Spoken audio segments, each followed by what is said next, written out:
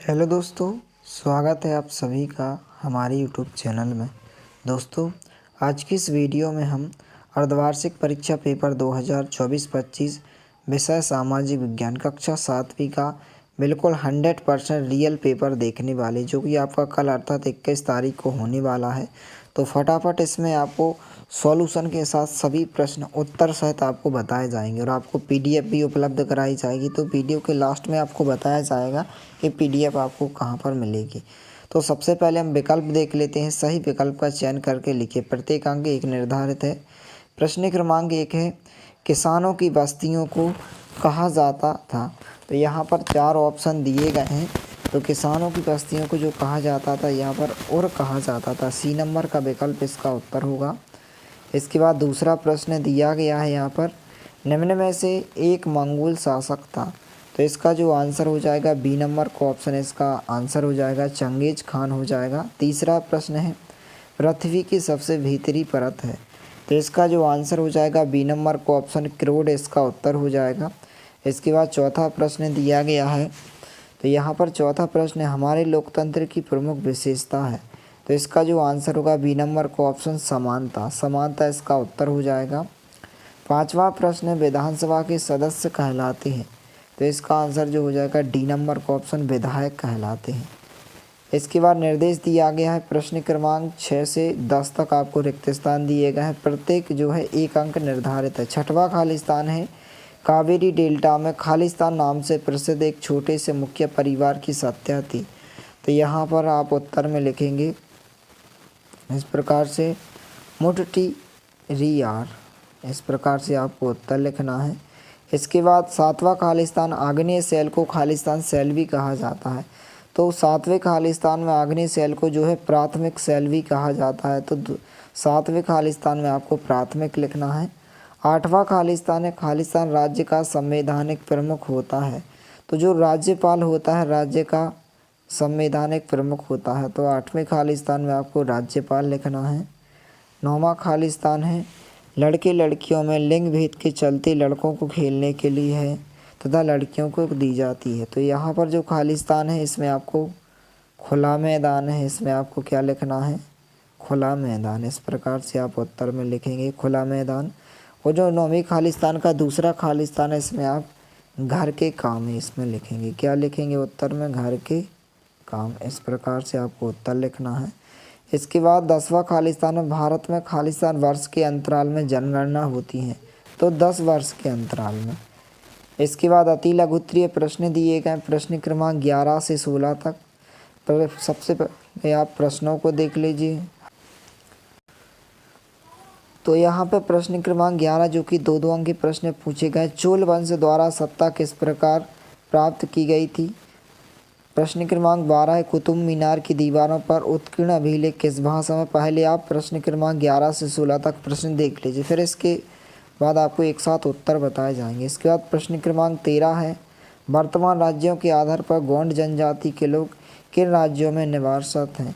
14वां question है, ठंडी व गर्म महासागरीय जल धाराओं के नाम लिखिए। इसके बाद प्रश्न क्रमांक 15 दिया गया है, रोजा पार्क्स कौन थी। प्रश्न क्रमांक 16 है, सुल्ताना का स्वप्न कहानी किसके द्वारा लिखी गई है। तो प्रश्न क्रमांक 11 से 16 तक सभी प्रश्नों के उत्तर देख लेते हैं। तो इस प्रकार से प्रश्न क्रमांक 11 का उत्तर हो जाएगा कि चोल वंश ने सत्ता युद्ध और विजय के माध्यम से प्राप्त की थी। इसके बाद प्रश्न क्रमांक 12 का उत्तर होगा, कुतुब मीनार की दीवारों पर उत्कीर्ण अभिलेख किस भाषा में थे। फारसी और अरबी भाषा में। प्रश्न क्रमांक 13 का उत्तर हो जाएगा मध्य प्रदेश, छत्तीसगढ़, महाराष्ट्र और उड़ीसा। प्रश्न क्रमांक 14 का उत्तर हो जाएगा, इस प्रकार से आप स्क्रीनशॉट लेते जाइए। इसके बाद प्रश्न क्रमांक 15, रोजा पार्क्स कौन थी। तो रोजा जो पार्क्स थी एक अमेरिकी नागरिक अधिकार कार्यकर्ता थी, जिन्होंने नस्लीय भेदभाव के खिलाफ आंदोलन में योगदान दिया था। इस प्रकार से उत्तर हो जाएगा। इसके बाद प्रश्न क्रमांक 16 दिया गया है, सुल्ताना का स्वप्न कहानी किसके द्वारा लिखी गई थी। तो बेगम रोकैया द्वारा, इसका आंसर हो जाएगा। प्रश्न क्रमांक इस प्रकार से। इसके बाद प्रश्न क्रमांक यहाँ पर आगे के प्रश्न देख लेते हैं, फिर आपको उत्तर बताए जाएंगे।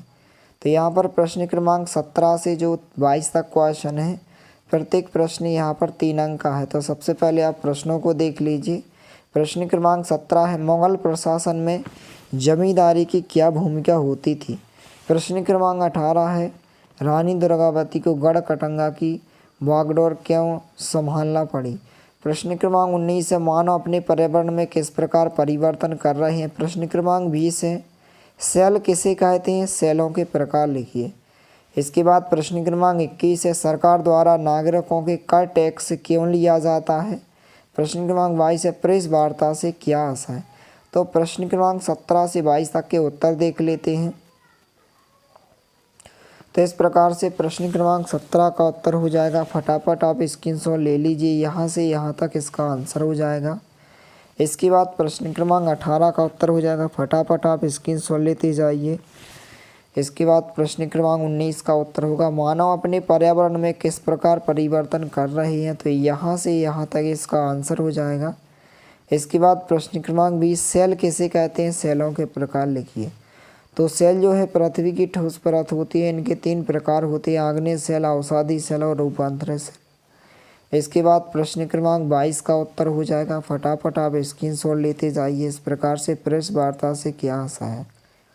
इसके बाद यहाँ पर प्रश्न क्रमांक 23 से जो है 26 तक दीर्घ उत्तरीय प्रश्न दिए गए। प्रश्न क्रमांक 23 है, मध्यकाल के इतिहास को जानने हेतु स्रोतों के बारे में लिखे। प्रश्न क्रमांक 24 है, भूकंप से बचाव की तैयारी के संबंध में लेख लिखिए। प्रश्न क्रमांक 25 है, पवन किसे कहते हैं, पवनों को मुख्यतः कितने प्रकारों में विभाजित किया गया। प्रश्न क्रमांक 26 है, घरेलू काम करने वाली महिला जो है मेलानी ने अपने अनुभव में किन बातों को बताया है। तो प्रश्न क्रमांक 23 से 26 तक यहाँ पर उत्तर देख लेते हैं। तो इस प्रकार से प्रश्न क्रमांक 23 का उत्तर हो जाएगा, मध्यकाल के इतिहास को जानने हेतु स्रोतों के बारे में। इस प्रकार से स्क्रीनशॉट लेते जाइए। प्रश्न क्रमांक 24 का उत्तर हो जाएगा।